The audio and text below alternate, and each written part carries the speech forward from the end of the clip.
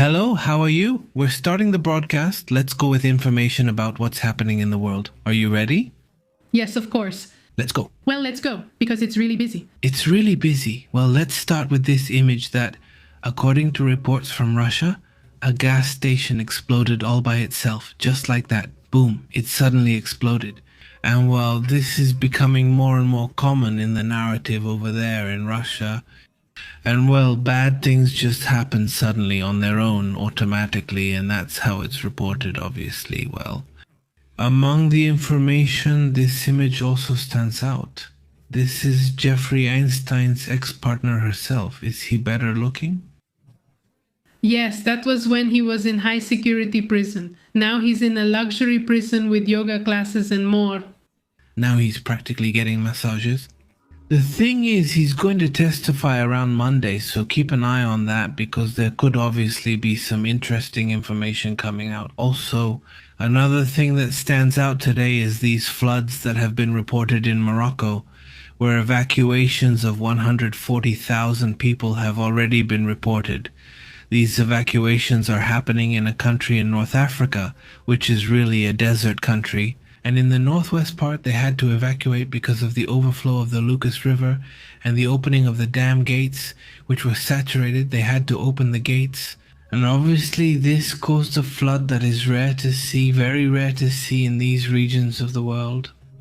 According to reports, Kazar El Kebir would be the most affected area with 85% of the population displaced. Now, another area, meanwhile, water levels are dropping. It's tremendous. Let's get into the details. For those joining, leave a comment. Where are you watching us from? Where are you watching us? Are you watching us? Are you listening to us? Are you watching us on television, on your phone? Where are you? In what part of the world? Wouldn't it be great to see who is the farthest person this time from where we are, which is in the northeast of Mexico? For those who don't know where these crazy guys talking are, well, we're in northeastern Mexico, in Monterrey, Nuevo León, and Monterrey, Coahuila. You can tell, right? But this Monterrey, Coahuila was the founder of Nuevo León and all of this. Nuevo León and Coahuila were once united. We decided to separate them and remove their rags. Oh, isn't it the one that's really cool? Well, you married one? I mean, this one? What? Well, yeah, that too. Another one of the images, by the way, also surprising. Well, I mean, not everything is bad. When there are solar storms and the northern lights, they show the natural defense we have from the auroras. Well, with the atmosphere and the generation of the auroras, I'm sure the Johnson Space Center will report on it. That's good. Well, this topic, suddenly it's about auroras. So they're going to be visible today, tomorrow, and the day after tomorrow. They could be seen in unusual areas, so it might be a surprise if they're visible in other regions of the world. But let's start with what's happening in Cuba. It's really interesting what's going on. Because of what's happening in Alicante, has it already spoken up? Well, I think right now the place that's being overlooked, the one we're not paying attention to. Let's see, Maria. Who's in Whitefish, Minnesota?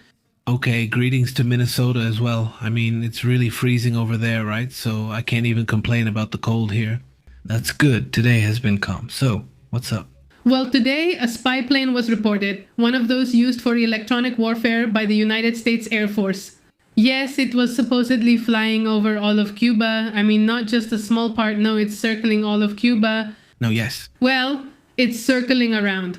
Those planes have the ability to intercept all communications on the island, also to track electronic emissions and locate any radar that the Cuban government has.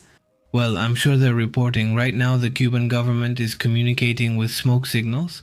I mean, they say they light some bonfires and start because there's no electricity. I mean, they're really in a huge blackout problem and the blackouts are spreading. Yeah.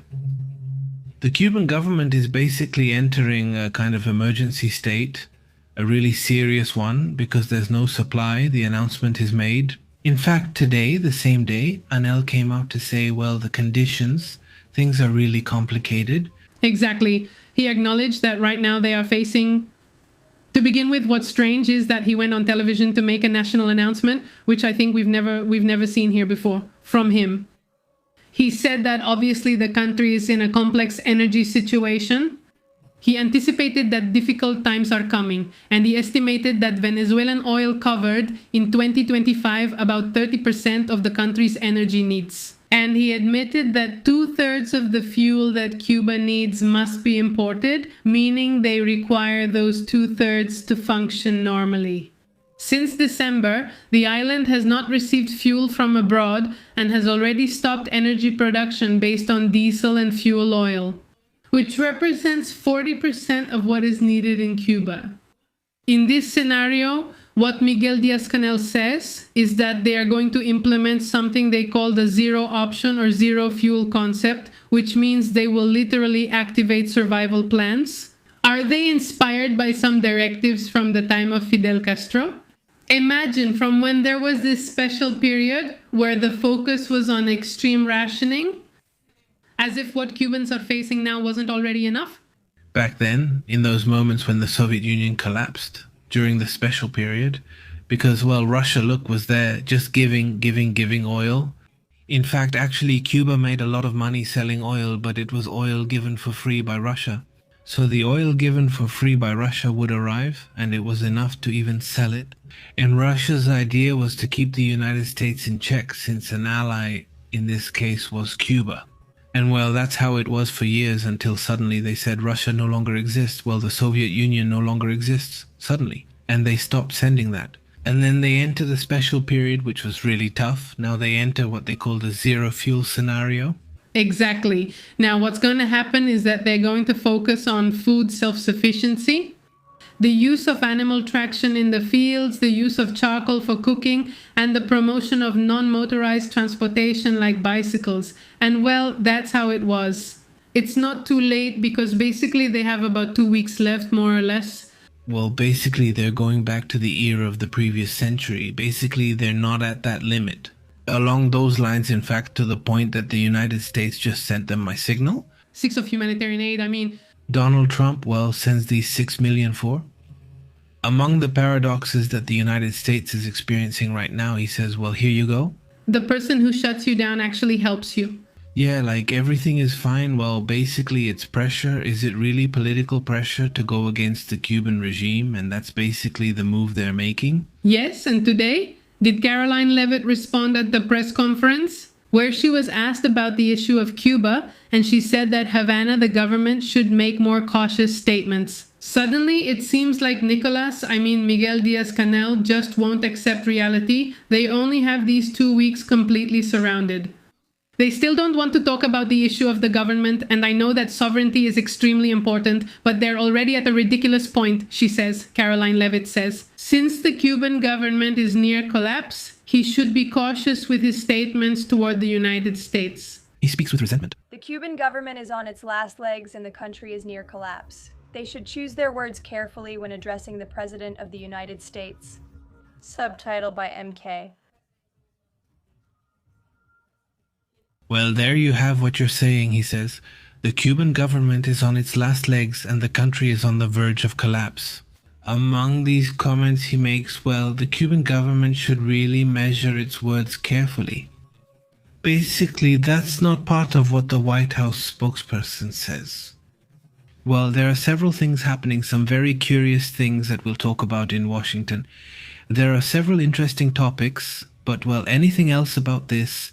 Yes. Also, one of the points that Diaz-Canel mentioned, which would have been good to do a long time ago, is that they are seeking external cooperation to develop energy self-sufficiency plans, basically solar. They want solar parks and to install around 5,000 photovoltaic kits for health centers. Others for honey, for jobs in priority sectors, but well, right now they are looking for it. How long is that going to take? It can even take years. Honestly, well, we'll see about that, but there's talk of anger, of annoyance, obviously, among the population for not having prevented this issue. Alright, let's move on to other matters. Let's talk about other important topics. A big shout out to my namesake here, Jose Zarate. How have you been, Jose?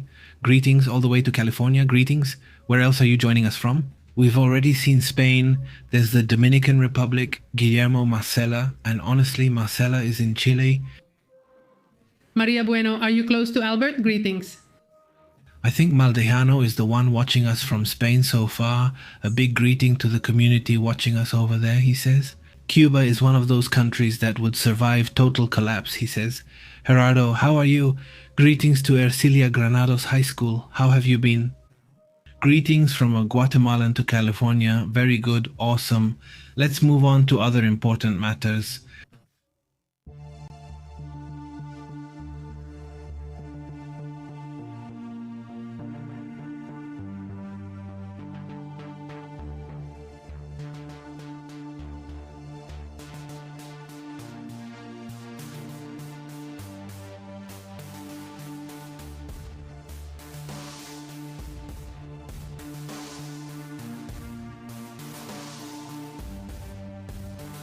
Well, there are important movements happening in Iran right now.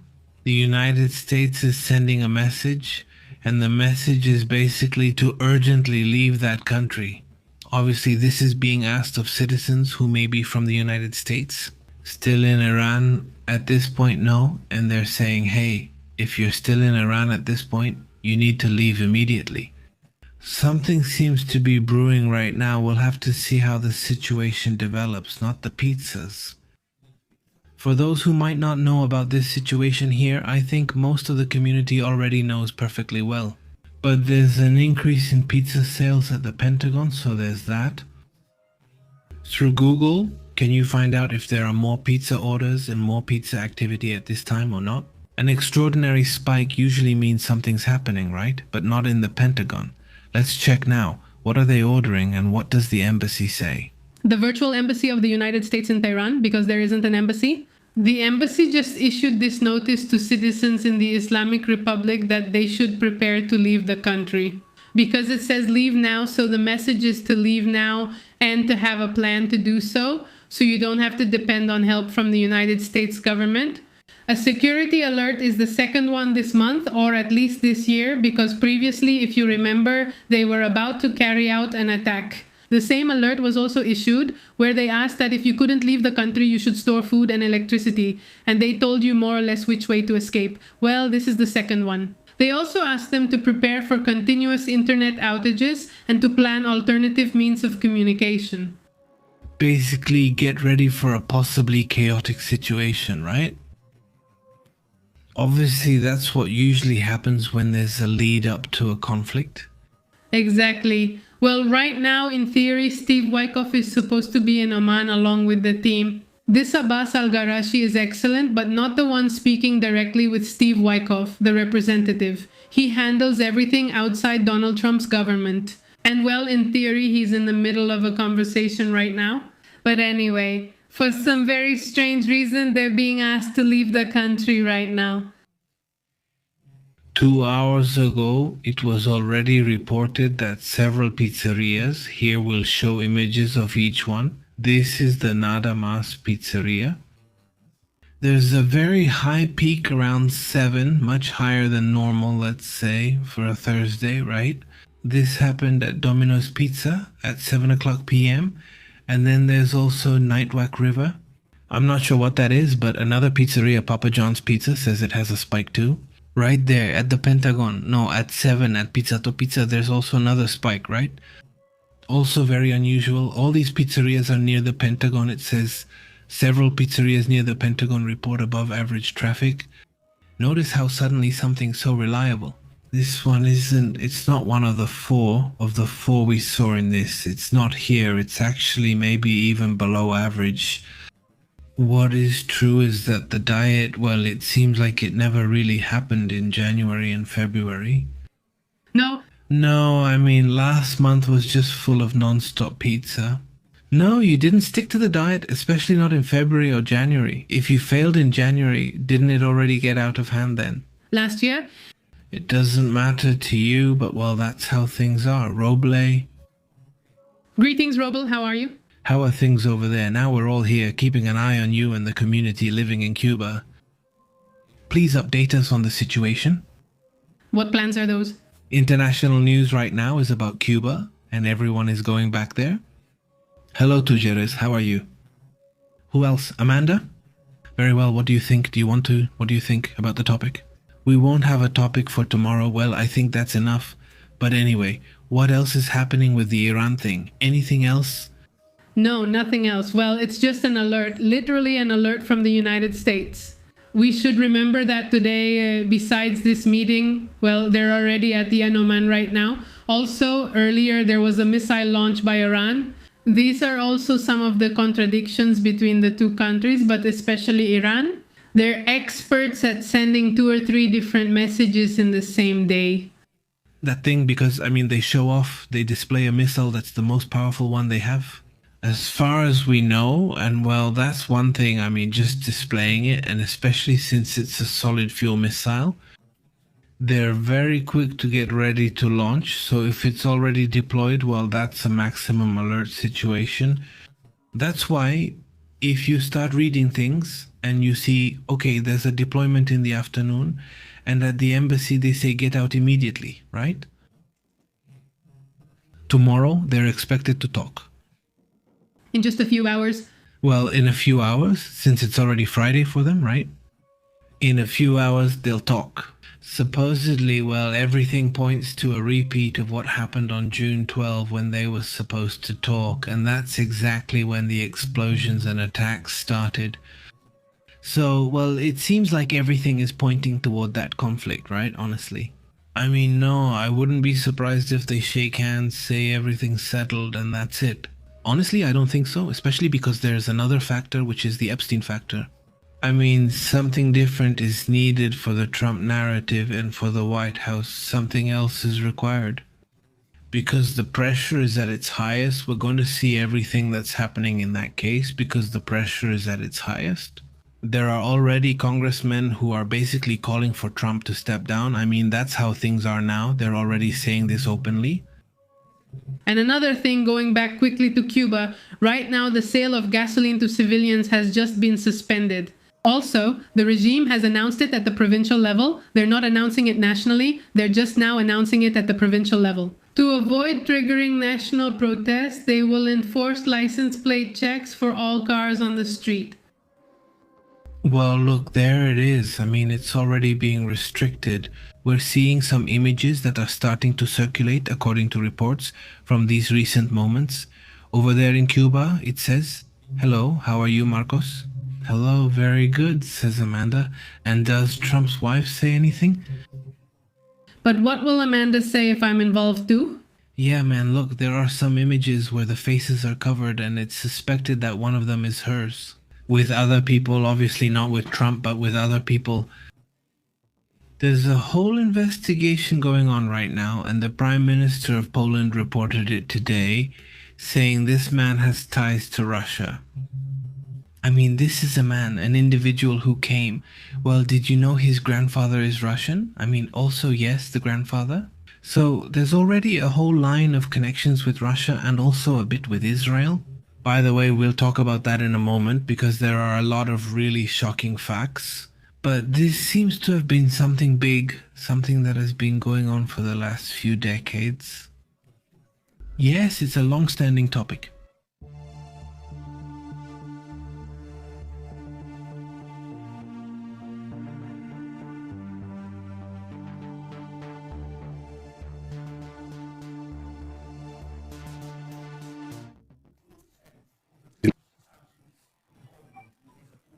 Drzwi.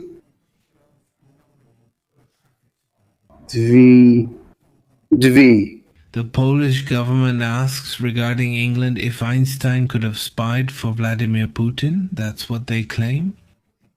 Is the Prime Minister concerned that Peter Mandelson could have infiltrated state secrets? Not just to a financier, but also, let's say, to Russia. Here we're talking, just look at the level they're already discussing this. This isn't happening in the United States, it's happening in England. The current Prime Minister allowed an individual to be ambassador who is connected to Einstein and involved in even darker things. So now they say, listen, there's already information from Poland that this individual was a spy. And now it turns out that they say Did you allow an ambassador who had connections with this Einstein to be operating? I mean, are they criticizing him? They even claim the United Kingdom Prime Minister could resign over this situation. And in the United States, nothing happens. So would he be the first major leader, let's say, of any country to fall in that way? Now they're already talking about him being a spy. It's no longer just a theory. Now things are coming out with more and more information. How does this work? There's a character, a person who usually has Russian ties. Many times they're already American, but they have Russian ties through their father, their grandfather, in this case his grandfather. And so we go through connections with Russia. They send them people, they send them girls, they send them models from different poor countries. Latvia was one of them. Ukraine was another. Ukraine was another. You know how beautiful Ukrainian women are, and Latvian women too. They're the typical models. In fact, many of them are actually models. I mean, Many thought they were going for modeling jobs. exactly. They're tall and slim, the classic model look. And besides, many of them had a pretty advanced education because in those countries it was common for everyone to study 1, 2, or even 3 degrees. They speak several languages. Plus, they're very well prepared, and that's ideal for this kind of high economic level people, right? So, what happened in all of this is that they start infiltrating them, bringing them to parties, introducing them to certain people. Sometimes straight up as a companion, but other times as something more like a future wife for many businessmen. So actually, this doesn't just happen in the United States, it happens everywhere, by the way.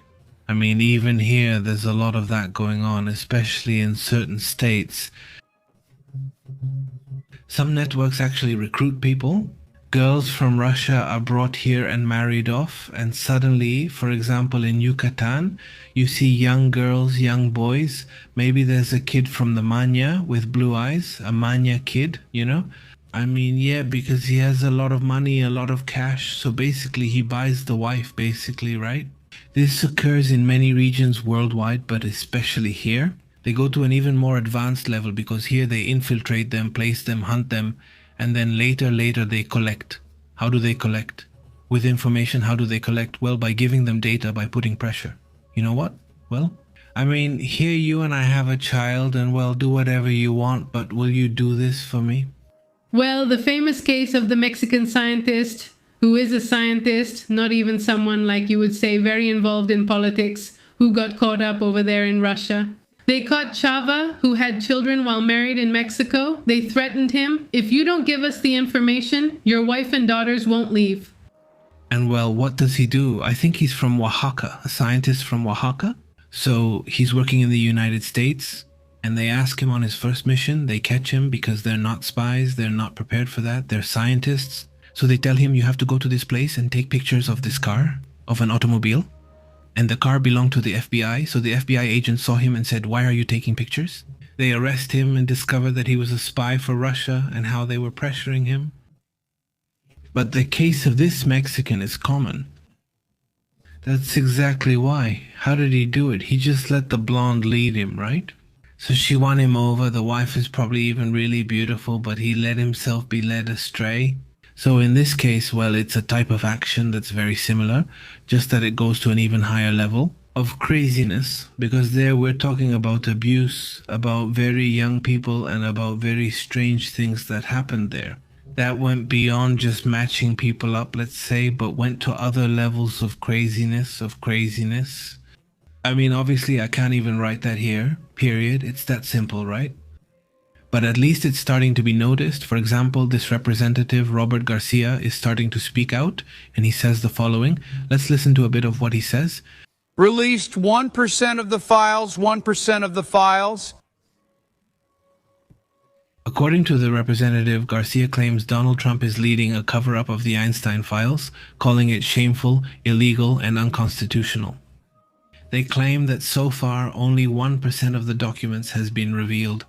Some theories claim only 50% of documents were revealed, others say just 1%. Now regarding what was made public, There are pages and pages and pages and pages and pages where everything is blocked out, everything is blocked out, everything is blocked out.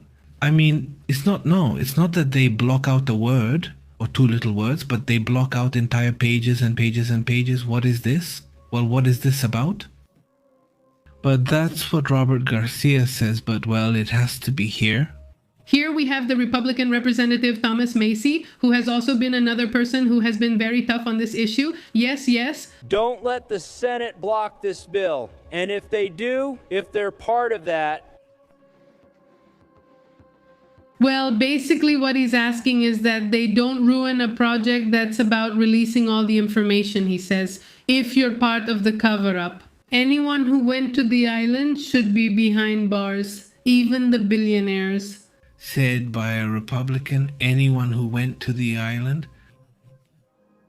We're talking about Bill Gates, Trump himself. I mean, Well, the spokesperson for the Department of Justice says it's not a crime to party with Epstein. I mean, that's a kind of flexibility, right? Well, it's obvious they don't want to talk about the case. also the author of the book that links the Epstein case to Donald Trump and that Donald Trump wants to sue him is thinking about suing him. He says this, let's listen. What is not in the files in 2016, a few months before. He says, I know what's not inside Donald Trump's files because he saw the images, because he interviewed Epstein to write the book. When he interviews him, he shows him images, or so he claims. Well, Trump was there with several people, let's say, with several women, right? And he says he's going to sue me. Trump says, well, let him sue me because if he sues me, I'll also be able to show it. Many things I haven't wanted to do. I mean, let's see. So where do more situations come from? Who has more to hide? He claims he has nothing to hide and can reveal everything. Meanwhile, Trump keeps threatening to sue him but hasn't, even after months. Years, and he's been saying for years that he's going to sue him, that he doesn't sue him, that he should sue him. Why did Trump suddenly start speaking very nicely about the Clintons when they were his biggest enemies, and now they're going to have a hearing? The Clintons said they'll reveal everything, but what is Trump saying? Hey, Trump says, no, well, yes, I respect them a lot, I admire them, I basically love them, they're like my close friends. The Clintons, no, now the Clintons are cool. Why? Since the hearings are approaching, I'm no longer comfortable. Where is this going?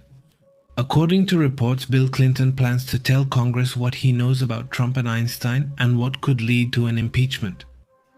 But anyway, what is he saying? What is he saying, even though this isn't about Einstein, but it also has a lot to do with the lawsuits he's filing? Today, Scott Bessent, head of the Secretary of the Treasury, was questioned about the lawsuit I just filed. Here we mentioned how much? $10 billion if I remember correctly, around that amount, which, by the way, is almost the entire budget of the Internal Revenue Service. So basically, it would leave that government office without a budget. I mean, the government is being sued, and if Trump is suing the government, because at one point, some of his tax issues were made public, and well, we all know that he has never paid taxes, he has played dumb about it, and well, in this questioning, they ask him who will pay the lawsuit money. In the end, after a lot of stammering, he admits that the taxpayers, meaning the people, are the ones who will end up paying for this lawsuit. he says, let's see. Of money, Yes, sir. it would end there. Suppose he somehow wins and gets the $10 billion. Well, again, it would come from the process. I'm not asking like, This man is good, Sikon came, and now he says Tarota. And then he says to him, don't get confused. Who's going to pay for it? Trump wins that lawsuit that Trump is filing against the government itself. Who's going to pay for it? The Treasury says. So then, who put that money in the Treasury? The taxpayers, man, the same people. Americans would have to pay Trump his $10 trillion lawsuits. I mean, just one. Well, and then he says that the people he's going to donate to are going to come out ahead because, well, he makes sure he's going to donate. But he forgets that a few years ago, people donated to Trump for charity, and he ended up giving the money to himself. Yeah, that was really crazy. But did he say to whom? Well, he didn't say it to... Whom? But let's move on to other matters. But they're fine. There are many things. A lot is happening. But I don't want to focus only on this topic because it's too broad. But just to let you know, the anti-corruption authorities in Norway are investigating former Prime Minister Tuborg Hengduang. It's like 96? Over there in Norway they are. So he's a minister from 96, the first former prime minister from 96 for alleged corruption, but also because he's linked to the Ames files. He introduced Epstein to Roth? So that's the connection. Rosa introduces him to Roth, who is the Minister of Foreign Affairs. That's how the connections are made. That's how the topics come up. That's what I'm talking about today. The most interesting thing right now is the Maxwell case. On Monday, the hearing is about the only living person connected to Epstein from Epstein's network. Let's say that she's known and that she has all the complete information. So this woman could be the key to many things. I hope they're protecting her because it's a huge case. Now, maybe she wants to talk. If she stays quiet and suddenly gets a presidential pardon from Trump, everything's fixed. So also, who knows if she'll dare to talk? I mean, what would motivate her to talk? She's in jail. That's it. So they could easily tell her, look, we're going to make your life very easy. You're going to do very well in jail. You'll be there, comfortable, but just don't talk. They take her out immediately? They promised to get her out at a certain point, right? So is it hard for her to speak honestly? No, but well, not this Monday and then on the 26th of this month.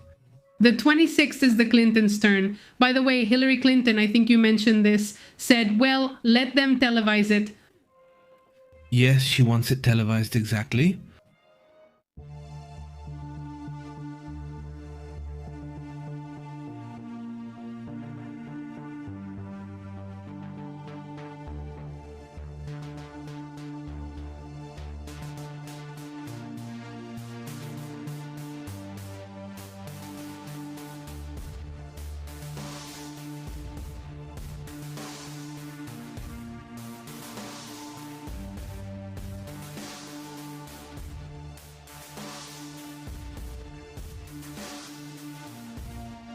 So that what was happening over there in Japan doesn't go unnoticed.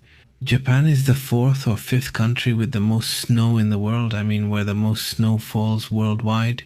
That's right, it's a country with heavy snowfall that gives us incredible images every year of these snow corridors being made.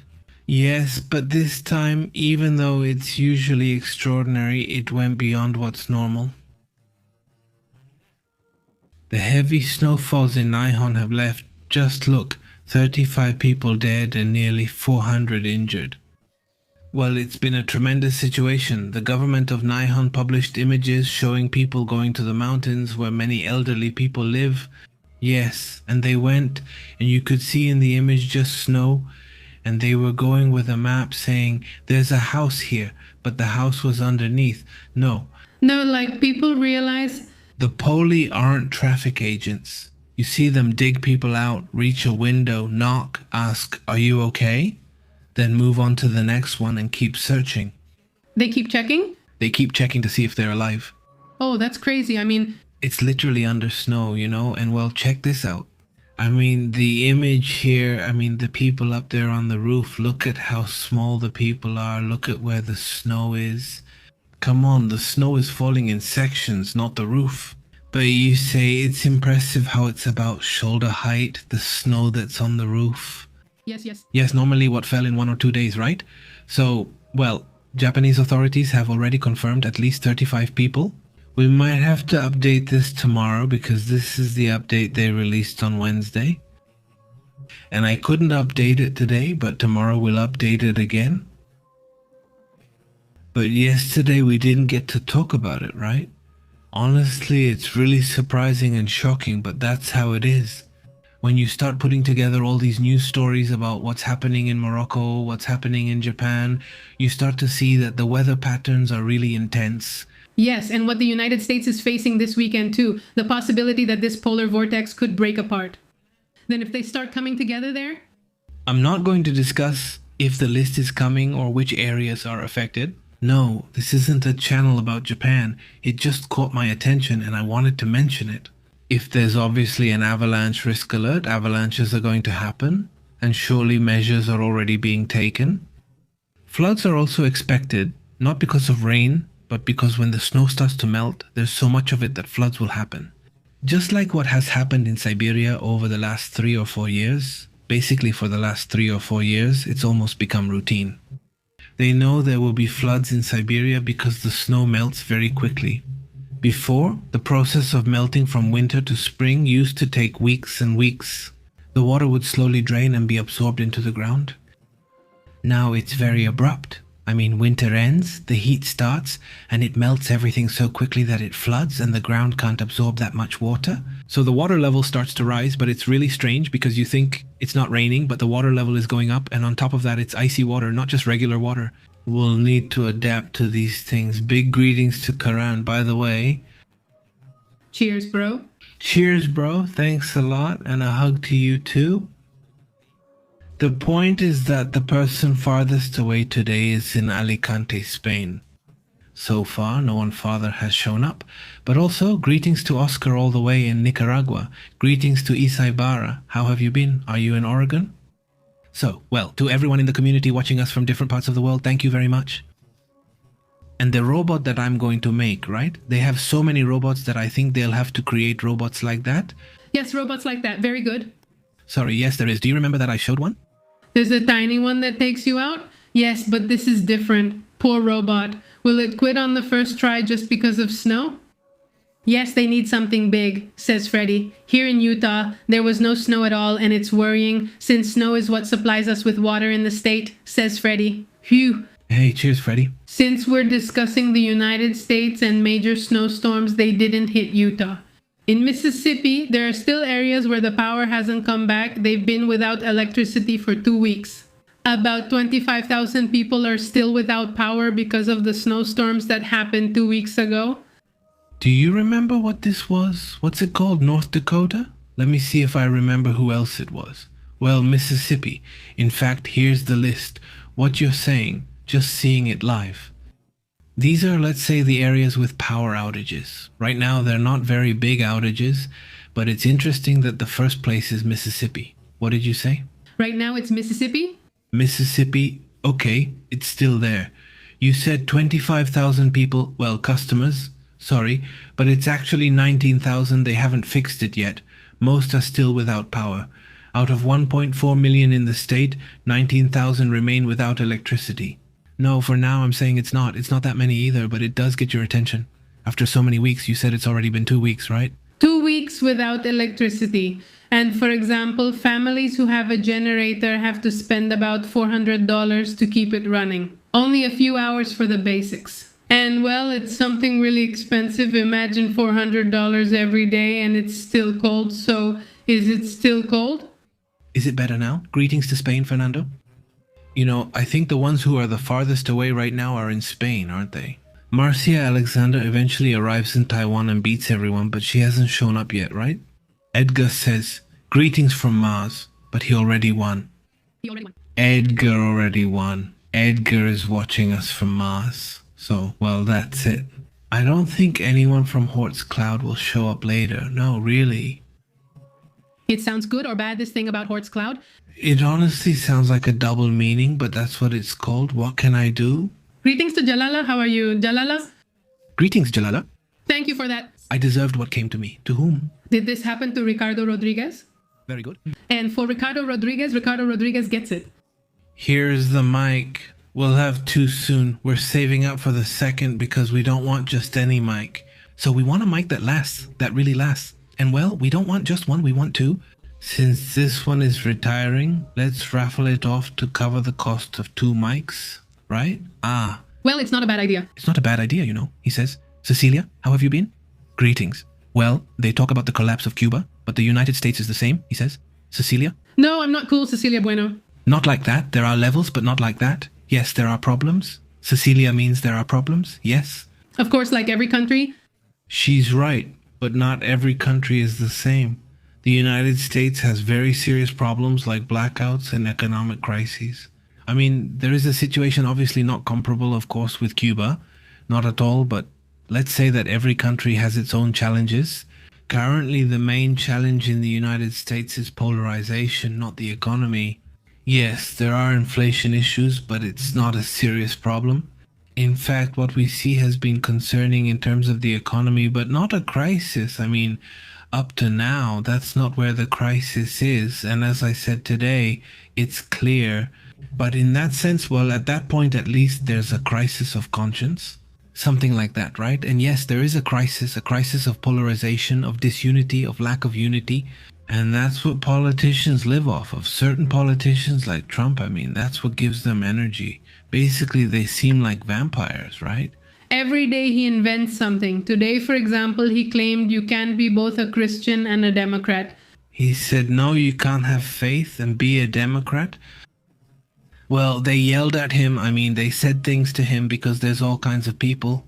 It was a meeting between religions, a gathering called the prayer fast or something similar. So, a lot of people from different religions, and possibly there are Democrats and Republicans, and he makes that comment and maybe they confront him. He didn't like it and wanted to get out of it because he didn't know how to handle it. It's quite a comment. Pretty bad. Yes, but let's move on to other topics. Some people also allow themselves to be polarized, right? That's part of it, but it's also part of our experience.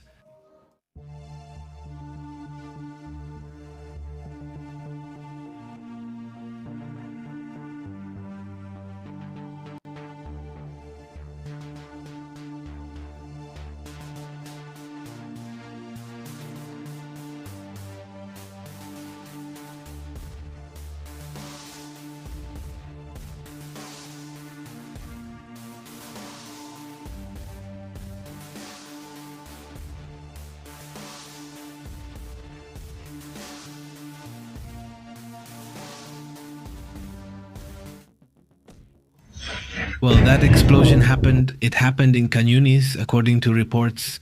Israeli aircraft allegedly hit a house in Khan Yunis. That's in the southern part, remember? A strong explosion occurred in the southern part of the Gaza Strip.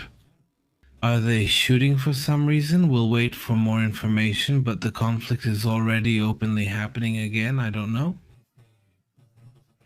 The ceasefire is more like there's more fire than cease, right? I mean, you really don't see much of a cease anymore, do you? Honestly, and has it been evolving in the last few days? I don't know. Apparently they've seen it. We talked about it yesterday. They saw people apparently armed and started bombing certain areas at the same time. Has Rafah been opened yet? Supposedly, some of the injured can already leave for Egypt to get medical attention. Or people like that with some kind of serious problem. But well, be careful, because with what's happening there, an explosion is also being reported right now. This is over there in, what's it called, in the Caribbean or wherever it is like that. It's another United States government attack on a boat.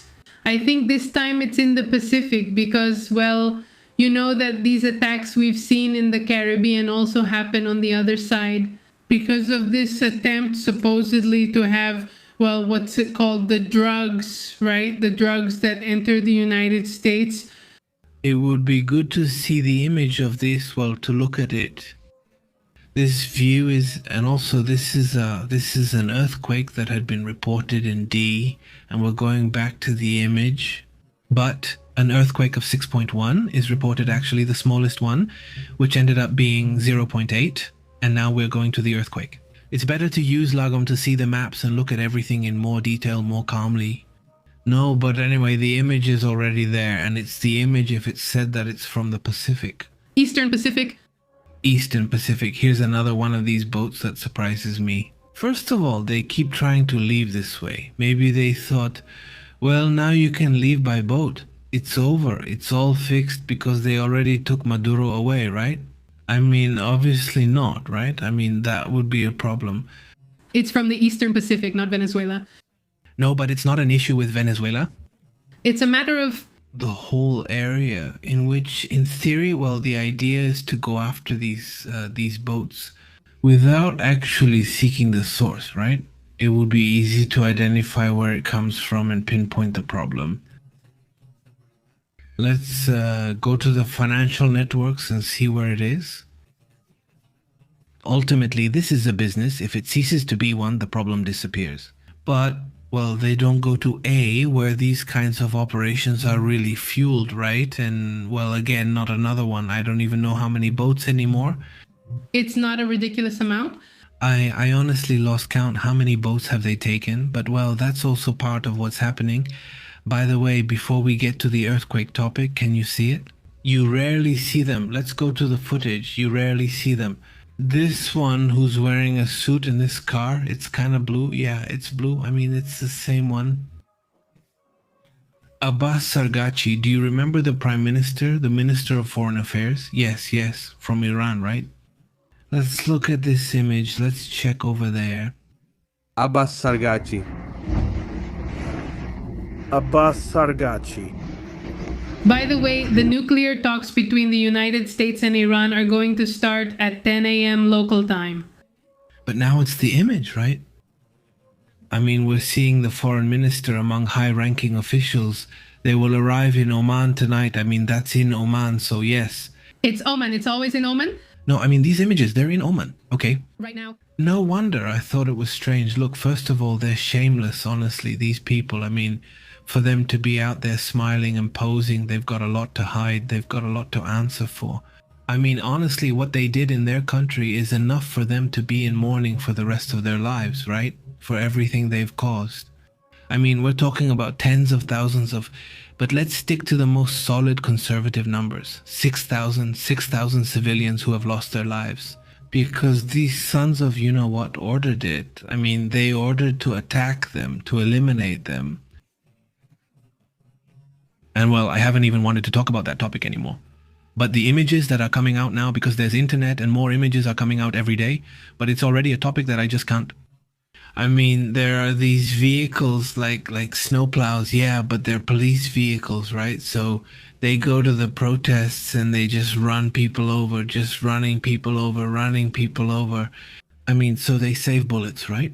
I mean, and then you say something crazy and the character comes out, it's like giving a slap like that. I mean, really, how is that possible, right?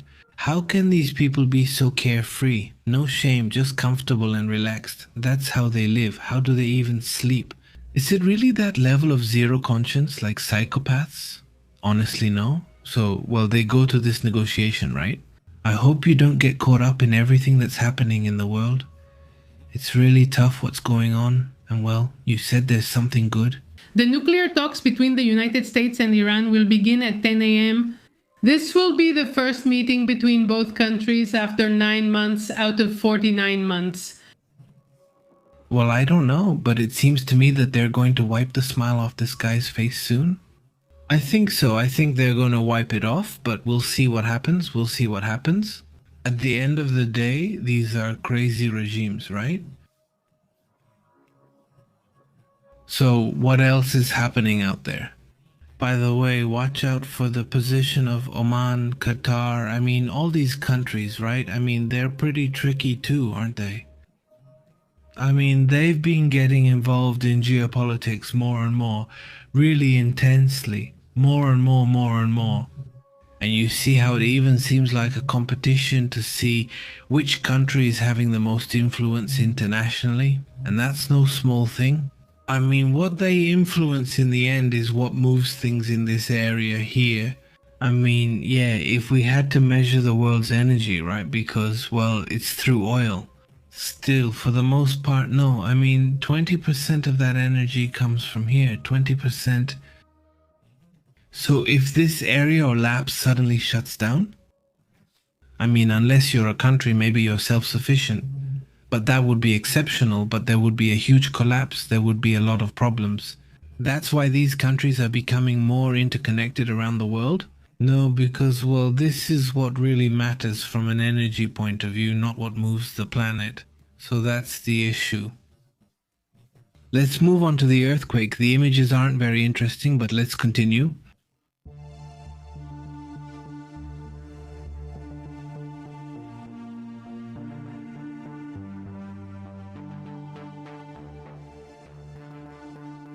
An earthquake was reported, but where was it and how did it happen? Is it an earthquake in Indonesia?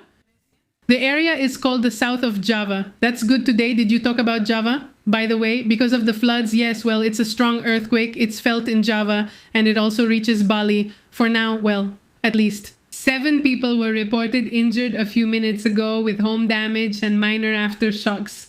I mean, you can see it. You can see the security camera footage that's starting to come out. The movement looks intense. Let's see how they have it. I think they have it. 5.8 magnitude, 5.8. Look, there they have it. Let me see if I can put it here. It's 40 kilometers deep. There's no tsunami alert. No, even though it was in the sea, but there's no tsunami alert. That's also important. Well, you know, you already know, right? The most seismic and volcanic area on the planet, which, by the way, as you mentioned, has had some impressive and very severe floods as well. There was an earthquake in California today, about 4 point something, which we haven't discussed yet. No, we haven't mentioned it. I think this is the one. It must be this 4.7. Look, 4.7 off Northern California near Eureka, more or less up to Eureka. It's about 100 kilometers, more or less 150, actually about 150 kilometers from the coast. 4.7, 10 kilometers deep. Well, the earthquakes that happen in this area always need to be checked, you know, to stay alert. The most active area lately has been this one, and the San Ramon area. I think it's called San Ramon or just Ramon. And here, the San Ramon area, here in the north of San Francisco and in front of San Francisco. If we quickly go to this area of San Francisco, this area is right here. It's great. I went over that too quickly. It's this very active area. No, this is just today's earthquake. It's like they're mostly concentrated in San Ramon, and there's another area that's also been active for weeks. It's an area called Indio. Let's see if I can quickly find this area. Man, no, this isn't it. I can't see it right now here, but it's also very active, right? I mean, in the end, in general, California, not all of California, you know how it is, you know how it behaves, right? And California is always super active. As long as it doesn't give us a big scare, everything's fine. Just, yeah, pay close attention. That's it. Nothing more. Let's move on to other interesting topics.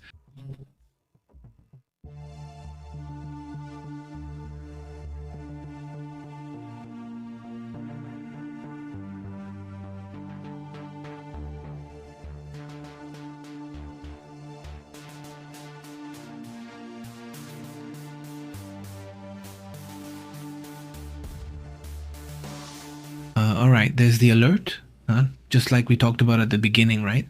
I mean, is this the alert that the embassy gave over there for Iran? Yes, this is the report.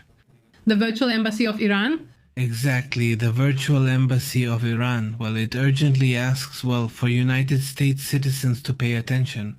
Other countries are probably doing the same. That's how it usually goes. It's been several weeks now that other countries have been pulling out their personnel.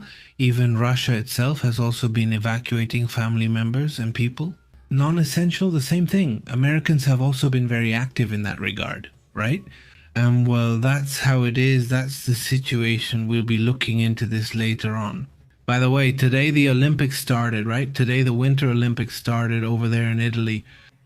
I don't know if anyone is following them, but let's talk about a really strange case, right? Let's talk about a very, very unusual case. This has caught people's attention because suddenly the athletes aren't doing their legal tricks, so to speak, right? Or suddenly, hey, they use a specific kind of suit, you know? Oh, like a swimming suit. Remember? If they think the advantage is too great, they just ban them, right? But the case that Astrid is going to tell you about, the one they call the penis gate, the penis... She says it with pride. The gate, well, it has attracted a lot of attention. Exactly. There is an agency that basically checks to make sure athletes don't cheat, and, well, the level of creativity to cheat keeps increasing. World Anti-Doping Agency stands for the World Anti-Doping Agency. Right now, it has a pretty complicated job, and it has to make sure that athletes, to begin with, don't consume illegal substances that give them better performance at the Olympics. But this... what's it called? The one where they don't get the pin? The pin? The pin, so, well, because of the Olympics, obviously. But now they face something else that male skiers have, this sport where they jump with skis and the one who goes the farthest wins. So they end up almost flying, Imagine it's like a flying squirrel and they go with the skis in a way, so it gives them more momentum and they can go farther, right? Well, it turns out they've been injecting hyaluronic acid into the NEPE, which I think I removed from the NEPE, to fly farther in the jump. Let's say it gives them something in the air, it gives them something, it works like a sail, like the sail of a boat. And well, they've been injecting themselves so it gets bigger and works like a sail. And it gives them quite a few more meters, up to 6 more meters in distance. I mean, it's a lot. It's not just centimeters. It's not that it's going to measure 6 meters, but that it's going to give them 6 extra meters in the distance they want to achieve. This has already started to be reported in The Guardian, also in a German outlet called Bild. Where is this happening since 2025? It started to be seen in Norwegian skiers who, by the way, are the ones who win the most medals at the Winter Olympics. Their trick was already exposed. What was it? Yes, well, what they did was adjust themselves in a certain way, the NEPE, so that, let's say, it would have a sail effect. So that it pushes? So it pushes it, and the air moves it further over there. From a physics point of view, it makes sense. Yes, I mean, it really does make sense. So there are people who went even further. They apply something outside but inject themselves inside. They inject hyaluronic acid, which the body later absorbs. Many people, especially women, use it on their faces. To look younger. Yes, to look younger. So, well, some of these, they're going to check who's doing this or not. A study is done with a 3D machine that checks all the equipment, it checks everything, so that they don't have anything in their uniform that could help them, and maybe that way they can know if someone injected themselves. If they suddenly find this one suspicious? He's acting weird, yes, his kid. This one's curious, they could. Painful? Yeah, well, as long as you win, I mean, anything that gives you a little bit more to win? Yeah, that's it. They're called 3D scanners and they're mandatory. Everyone has to do it. Well, just strange things, right? We didn't see the opening ceremony, but we'll watch the recap later.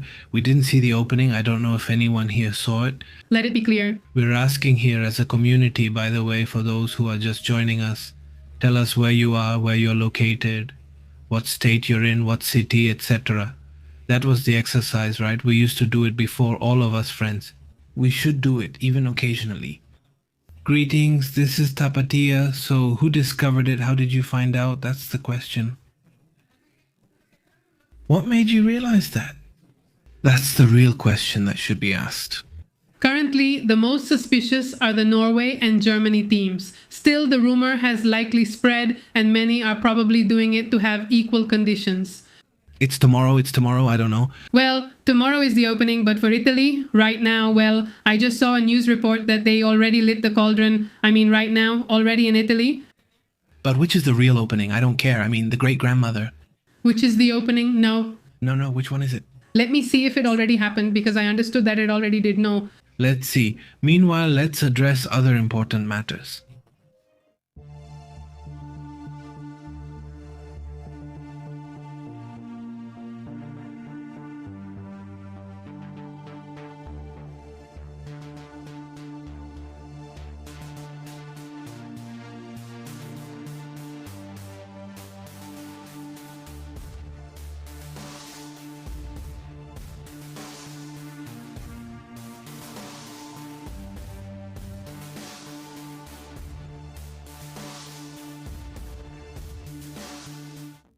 Well, there's a strange story today. 3 objects appeared, they're not sure if it was, some kind of drone or whatever. But these orbs, these objects really caught people's attention, especially because they didn't make any noise and because of their speed, which was pretty intense. This is part of a military video that has been shared and is said to have been recorded by military personnel. These objects reportedly appeared in the Persian Gulf and were recorded by an MQ-9 drone. And now there is more information, more details about what we've told you in recent days. This was like last week when this first video came out. The Department of War, formerly the Department of Defense, also published that this situation supposedly occurred on August 23, 2012. This encounter, this object that was supposedly recorded. And is this going to be part of the disclosures that will be presented in the United States Congress? According to the reports, it supposedly happened on August 23rd. The three lights were in a formation where they suddenly moved to one side, then to the other. They would go, and then they would come back together and form again. Three, like forming a triangle shape. The objects kept an almost perfect triangular formation, occasionally shifting positions while remaining equidistant from each other. Researchers, like the journalist George Knapp from the United States, John McCorwell, and others, say that this video will be part of several that will be presented to the United States Congress in the coming months. They claim that this is not a single object, but rather three objects moving in coordination, which, according to them, shows intelligence in the way they move. Would they be anomalous objects or unidentified anomalous phenomena? That's why they're now called UAPs, since they're referred to as phenomena. But according to Cornwell and Knapp himself, the video is part of one of the declassifications that will be made soon, in which they insist that it is not a meteorological phenomenon, that it is not a type of animal, that it is not any natural phenomenon. Simply, well, they insist that it is an intelligent phenomenon. From whom? Well, from someone, but we don't know who. It's been a while now. It stands out since July 2nd. July, you may recall, there were drones, but no. No. Not like now, no. So, well, they keep, drawing attention. They keep showing up, more and more, these kinds of objects. By the way, there are hearings expected in the coming days. Not hearings, but leaks or information from leaks that have happened before. And maybe, I imagine they'll want to use that as a classic distraction too. Right now, with so many topics, I'm not referring to this specific case. So, look, we'll analyze it, we'll see if it's interesting, but we shouldn't stop talking about other topics, right? Obviously, we just have to take it as it is, right? If the information is good, we'll talk about it. If not, then we won't. By the way, on a different note, Poland and Ukraine have joined hands on an issue that is key to Ukraine's defense strategy. Not just for now, but for the future as well. There are more and more ties being formed between some countries, and among them, Poland stands out as a country that's attracting a lot of attention for doing business in the arms sector. In the end, they're turning this into an opportunity. Yesterday, we were talking about a company that's about to go public on Wall Street. Yes, like a drone technology company, but military drones that operate as a swarm with artificial intelligence. This time, there's another announcement being made that's also catching attention, which we're seeing right now. It's in this greeting he's giving. Poland and Ukraine sealed an alliance that will give Ukraine a certain security guarantee for the future. They are going to join forces to jointly produce weapons and defense materials, both private and public, so to speak. Ammunition will not be manufactured. Military equipment and modern combat systems will be produced, taking advantage of the industrial plants that both countries have, but also making use of the experience that Ukraine currently brings, which is invaluable for a war. Yes, well, and the main focus will obviously be the production of drones, which has basically been Ukraine's strength, as well as unmanned systems. For example, the boats that have also been a phenomenon, the drone boats they use, which are quite impressive. They have basically managed to drive all the Russian ships out of the Black Sea, specifically adapted to modern warfare. Ukraine has dealt with this since 2022, but actually since 2014, right? And well, Kyiv brings real combat experience as well, while Warsaw contributes its industrial capacity, logistics, and technological innovation. Well, that's how things are, right? Huge. Also say hi to Walter for me. Same place as always, from Carmen Campeche. Some websites claim that by 2030 neither they nor we will exist.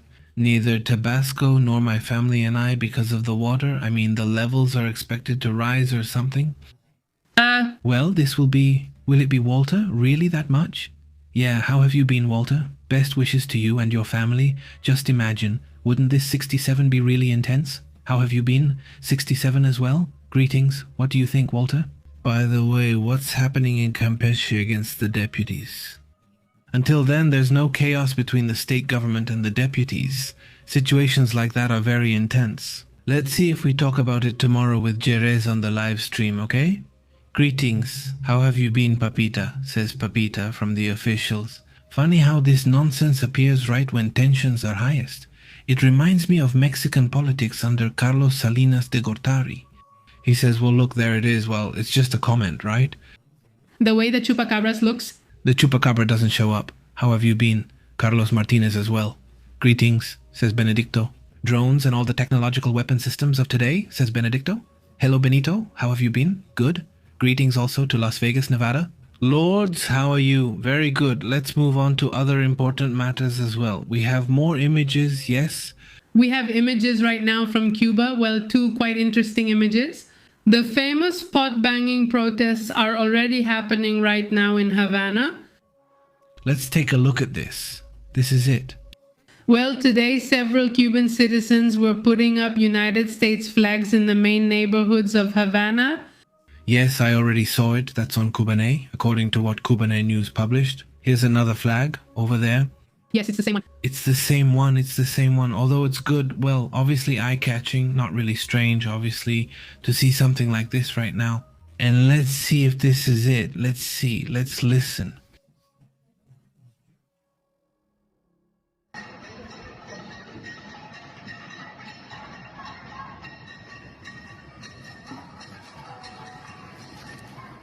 Well, it's part of the pot banging protests, right? Part of the pot banging protests. Yes, it's intense. Well, there's also something that's drawing attention right now, something that people claim, and we'll have to see if it can be confirmed. But right now, it's being claimed that relatives of Diosdado Cabello are leaving Venezuela. That's something that doesn't really surprise me either, because you can already see it happening. When they arrested, what's his name, Saab? Whether they did or didn't, well, it turned out they did arrest him and that they have him in, what's the name of that prison? The helicoid, supposedly, right? Supposedly they have him there. The point is that right now, direct relatives of Diosdado Cabello have reportedly left Venezuela in a hurry in the last few hours, heading to Panama. This move comes after some believe the pressure that has been felt from the arrest of Alex Saab. At the end of the day, he has supposedly been sleeping in an embassy for a while now, so there's fear that he might be arrested. Obviously. Exactly. And also, since we're on the topic of Venezuela, today the amnesty that was announced a few days ago is being accelerated. Venezuela has already given the green light to the bill to release political prisoners. A lot of information will come out later once they are free and at ease. The prisoners are going to tell all their stories, everything they went through in there is incredible. This is the moment. It's not the moment when the Chavista National Assembly made this move. We're not going to listen to that part. Honorable Congresswomen and honorable gentlemen, He is his brother. Yes, he is. By the way, to approve in the first discussion the amnesty bill for democratic coexistence in the Bolivarian Republic of Venezuela. According to the provisions of Article 104 of the Rules of Procedure and Debates of the National Assembly, please indicate your approval in the usual manner. In the name of God, approved unanimously. well, the amnesty was approved there, and it's obviously a historically important issue for all families.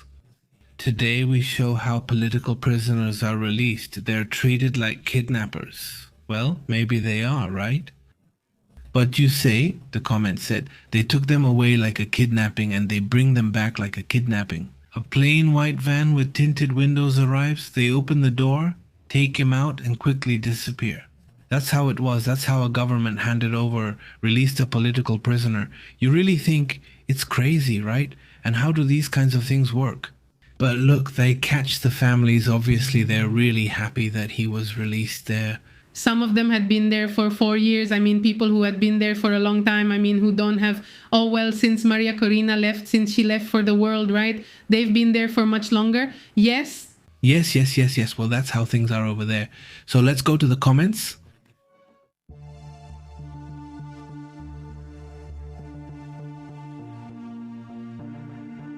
How have you been? How are you doing? Thank you so much for joining us. Greetings to the whole community. Says Tapatia. Pepe, did you see that the municipal president of Tequila, Jalisco, who is from Morena, is accused of extortion? Yes, they did arrest him, right? Tremendous. Yes, he has been arrested, right? Yes, look, huh?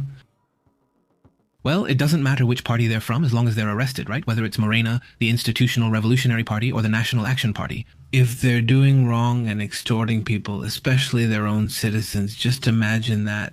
I mean, you have to watch out for the bad guys and also for the politicians. Just imagine, it's crazy. Thanks, Tapatia. I've been through a lot. Did you also see that image of the president, the Supreme Court, where two of the assistants were shining his shoes? What do you think about that? Did he lose all the humility he always brags about? Supposedly he's humble, but look at the luxury SUVs and how he asks people to shine his shoes. Hey, can you bend down and clean your own shoes, or just not clean them and do it later, or go to a shoe shiner, right? That's what shoe shiners do. You go to a shoe shiner and even take a picture like, look, he went to the shoe shiner to get his shoes cleaned, but he doesn't do it right, you know, like a rich guy. Says Verderi. Greetings, Daddy. So now the crypto apocalypse is getting interesting, ha ha ha. Are silver and gold just as manipulated as crypto? Markets are wild lately. And look, check out what I see here with the whole Bitcoin thing, because this goes further. I mean, the limit for me of how much it could drop, because everything has a cycle where Bitcoin falls every so often. This is very clear, but it already went too far. It crossed the line because the limit was here and it already surpassed it. This is the line, which is a line that if you cross it, you just say that's it. Now, this is a deeper trend for me, at least in my analysis. For me, this is already an exit. Deeper. And here the topic of politics comes in. It's no longer just manipulation or whatever you want, but here the topic of politics comes in. Look, if you see how it has surpassed it, let's see if it bounces and starts to go up almost quickly, in the next few days, quickly. I mean, 1 or 2 weeks, well, maybe they can breathe easy, but what worries me is that the limit has already been surpassed. For me, this was the red line. If crossed, the fall would be worse. So I've been going through several reports like this, and there was one, you mentioned it to me, that talked about that this isn't just manipulation or a setup, but also it's a, let's say, disappointment that Tron was supposed to encourage crypto and all that stuff.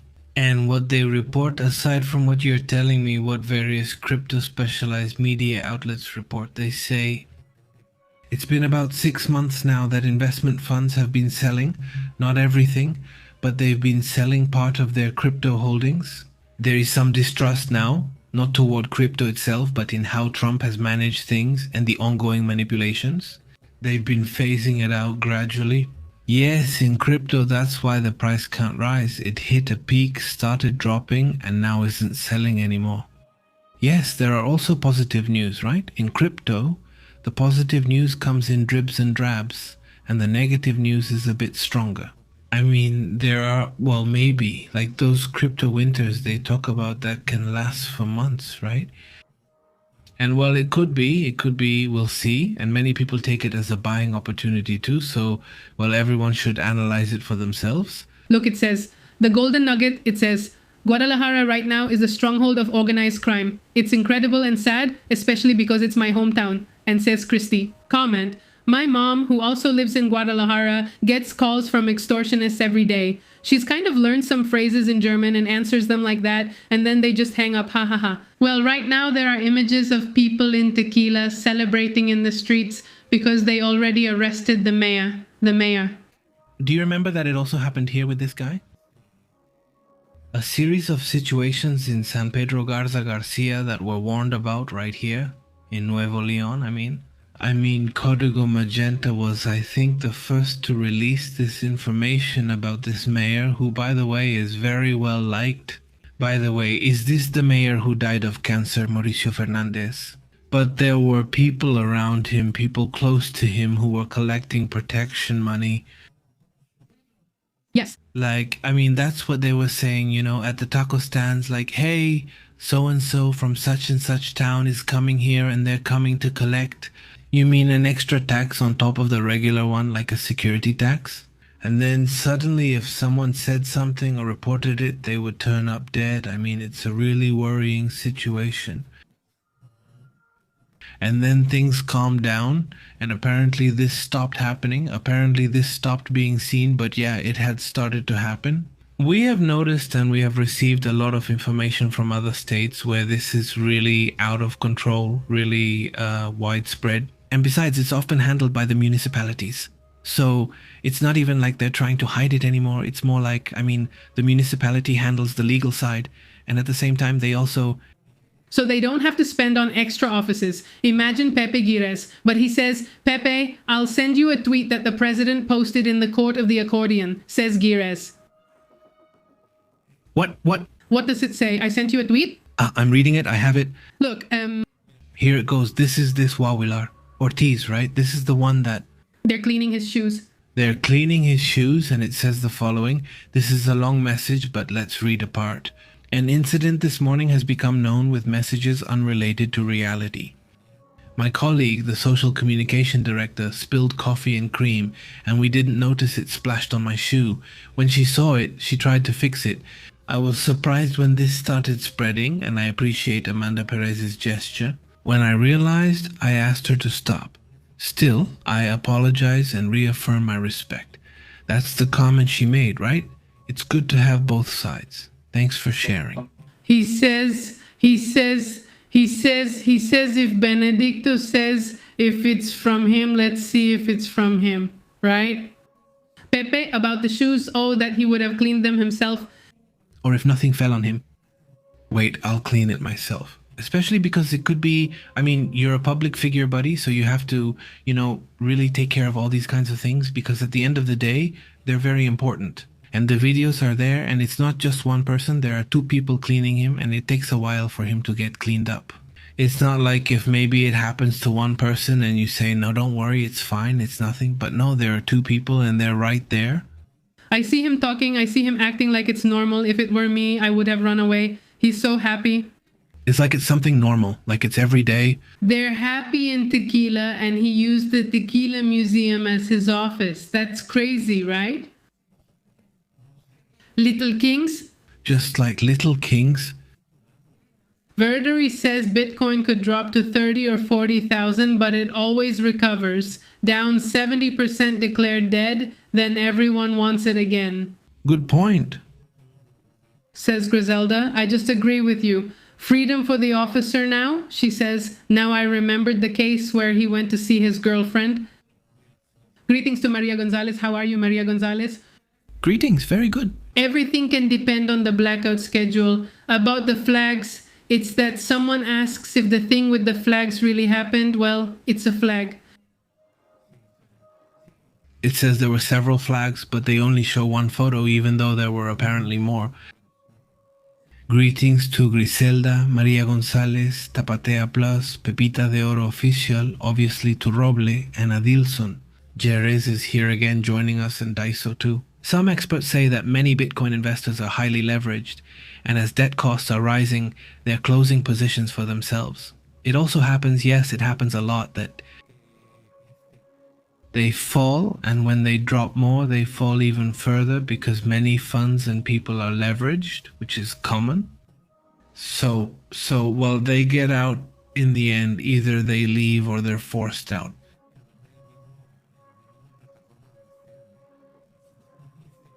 They set a stop loss, and if there's a big drop, many times the stop doesn't catch you properly. So are there ways to set the stop so that, slippage doesn't get you? Well, your whole account, basically, he says it's even worse. Someone who says, clean my shoes, to someone who lowers themselves to do it? Can you picture Trump?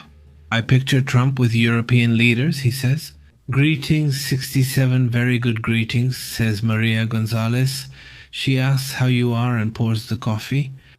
Says Verder. And in La Condesa, in Mexico City, the Tepito cartel is threatening to shoot up businesses if they don't pay the fee. Most businesses in Mexico City and the state of Mexico are extorted. That's tough, Verder. That's tough, Verder. That's tough, Verder. And Ramon, how has he been? Greetings all the way to southern Chile. Thank you so much for joining us, Luz. Well, I think Chile is actually farther away in some ways, so then, Marcela, maybe you're even farther, because even though we're on the same continent, but it depends on which part of Chile you're in. Look at the distance from here to Spain. from here to Chile. It depends on which part of Chile. If you're in the north of Chile, we're seeing who is the farthest away from everyone. We want to see who is the farthest and who is the closest. There are several here who are in Monterrey, it says. Luz de Luna, how have you been? Greetings, very good. Rublo, how are you? Marilena says, greetings from Tehuacan, Puebla. I sent a message earlier and I'm here with everyone. Community, hugs, the Quiros family, Onofre. Greetings, Marilena. Greetings to Puebla. Greetings from Ramon Herrera in southern Chile. Thank you and greetings to everyone.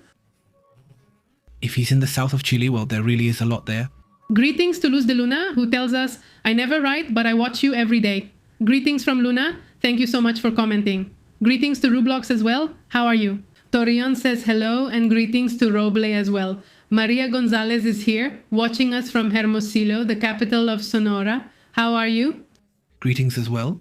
Greetings to Armita, who is watching us from Morelos, Mexico. And Walter is here too, who left a comment. Oh, I don't know if you read it. Greetings also to Camila Mondaka. Yes, Camila, how are you? If it doesn't show me, it's about 7,300 kilometers south of Chile. And to Spain, it's around 10,000. So I thought I was going to be there, but isn't the map kind of misleading the way it looks? Anais says the clients want the hearing public and televised because they don't know how to handle their case and risk losing everything, including the throne. She says exactly, and that's why it's like that. Monterrey to Spain is about 8,700 kilometers in a straight line, while to southern Chile it's 7,000, so Spain is farther. Hey Jack Draper, how have you been? It's been a while. Hope you're well. Greetings to your family, to Cardan. Greetings to Rublos. Very good, Maria Gonzalez. Hello, Griselda Vilches. How are you? Is Argentina with you? Say hi to Adelsona Bonilla Una. Greetings as well. I rephrase and shorten the text by up to 90%. Preserve all names and places. Maintain original perspective and intent. Avoid adding or inferring information. Ensure proper grammar in the United States. Greetings to Bueno. We miss Eliseo and Freire, who is watching from Spain. What's up? Greetings to Spain. Very nice. To Sylvia Solis, who says, even though I don't watch the whole show, every day I leave my like from Chiapaslandia on the border with Guatemala. Very nice. Greetings. What about what the Clintons hearing? Yes, he should just stream it. Maximum ratings right there, of course. Yeah, that would be great. And with live instant commentary and dubbing. Or YouTube, or anyone else who wants to buy the streaming, that's fine. I just remembered those guys from Backdoor. Do you remember Backdoor?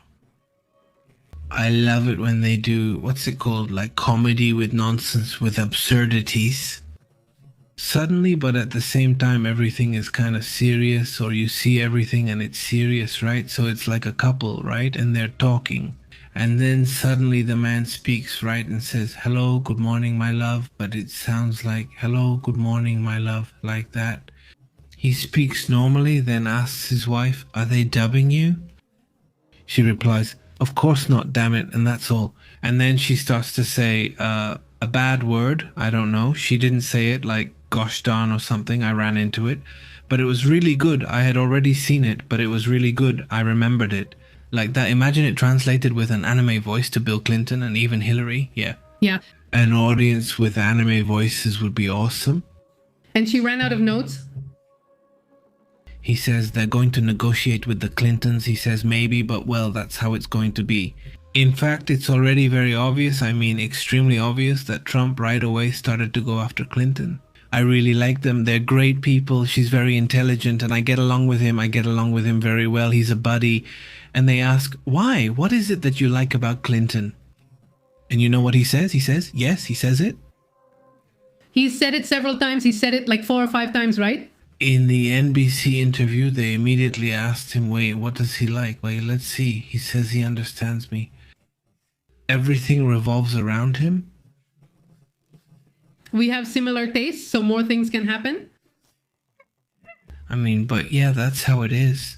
Of course, it's crazy. It's like saying, well, I mean, it's complimenting someone because they compliment me, right? Yeah. Why do you like your girlfriend? Well, she thinks I'm really handsome. I don't know. What do you say? Yeah, it doesn't make any sense. Everything always centers on him. Towards the circle. And that's it, Kwan. Well, yes, Spam is the network that's going to broadcast it, that would broadcast it, and they do stream it, but they don't charge anything. Even better, it's free. Yes, Hernandez. Technology separates those close and unites those far away. Paradox? Greetings, says Maria Gonzalez. They say she stained his shoes, says Maria Gonzalez. Yes, well, that's what he says. Greetings also to Benedict. She says, no, I'm already pregnant. I'm not pregnant. Chatting there, Look.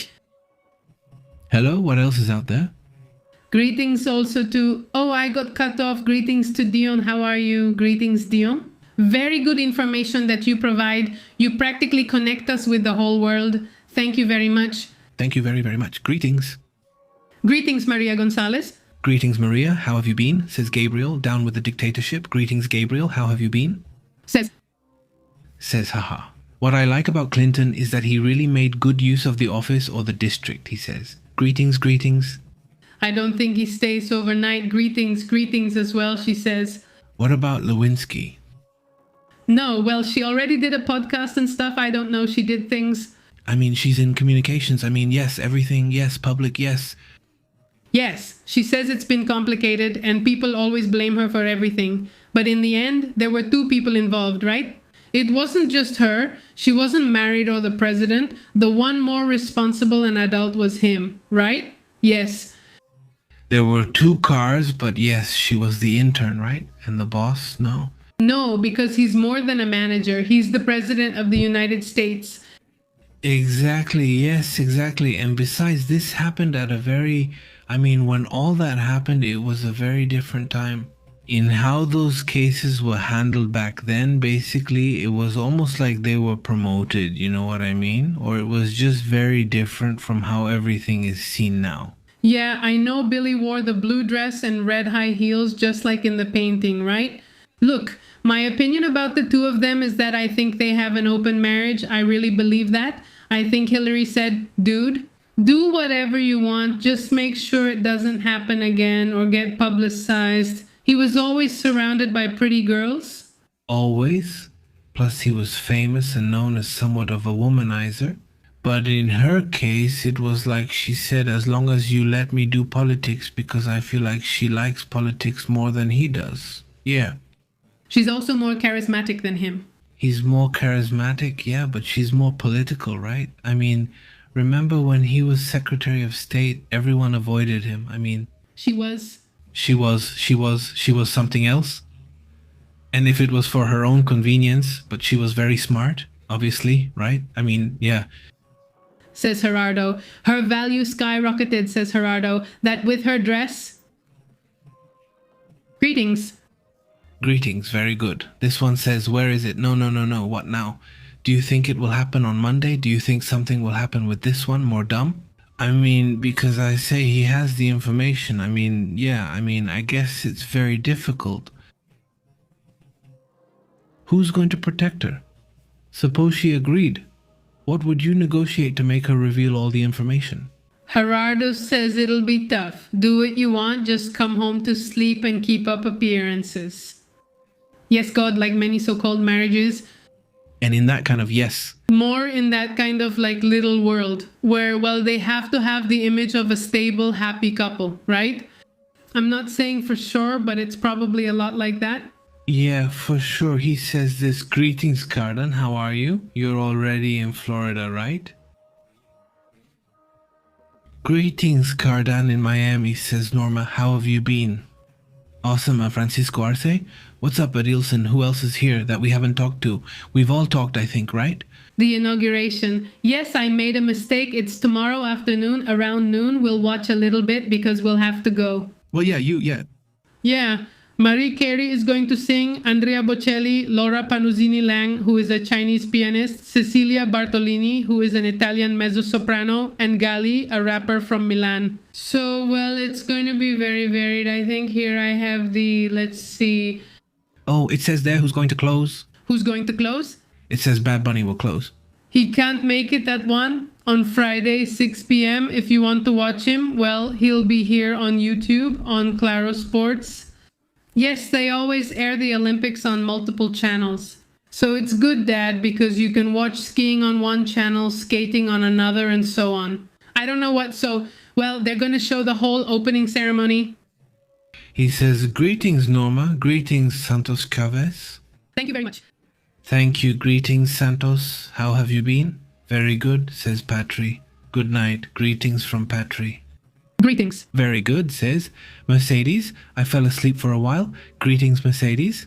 Well, it's also the time, right? Yeah, it's like we're about to get sleepy, so let's go. No, let's go, guys, so Mercedes can go to sleep now. Be glad we're on WhatsApp and Telegram where we send notifications about the live streams like Pepe en Vivo, that's the channel. And we're also on Facebook and Instagram, also as Pepe en Vivo. Awesome. And yes, Donovan, of course, the match. Hopefully they'll do it. Very clear. Well, yes, that's why I said skate. Hey, but what else? For the first time in Mexico, a mom and her son are going skiing together. Donovan and I can't recall. What's the other one? There are like four. Four Mexican athletes, right? Yes, 4 athletes from Mexico. I don't remember. Let's check. It says Donovan Carrillo. Will he be in the parade? Sarah Schlepper. I'm not sure what sport she does, but she's here along with the other Mexican woman. I don't know. She probably doesn't discuss Latin America much. Let us know in the comments, Brazil. But yes. She goes to Brazil quite a lot. Brazil, yes, because of its diverse regions. I saw the uniform already. It's really nice. The uniform. Now I remember that you made it. Yes, it's cool, but if it's Brazil, what could it be? Are there Brazilians coming to Norway or what? I mean, I'm telling you, I don't know if Brazilians have snow. What's happening? Can someone explain? Let's go. Tomorrow morning we'll get the information, the live broadcasts, and have a talk with Jerez. If things don't change and everything lines up, well, if not, we'll see what day. But anyway, tomorrow we'll be here with the information early in the morning. Okay, anything that comes up, you know, we're here commenting at all hours, right? 14 athletes have more. They have 3 times as many as we do. Isn't that wild? Let's go. Take care. See you tomorrow. We interrupt your regular programming. Thank you for tuning into The Truth. This is... Believe. The truth is intense, harsh. The unusual is real harsh. Here we analyze it. Global perspective. Don't miss out. Tune in to the Pepe Live channel. Controlling the signal. Pepe and Astrid telling it like it is. Raw journalism. Here, respect is given. Turn on the alert. Don't lose track until next time. Yes, sir. Taking attendance.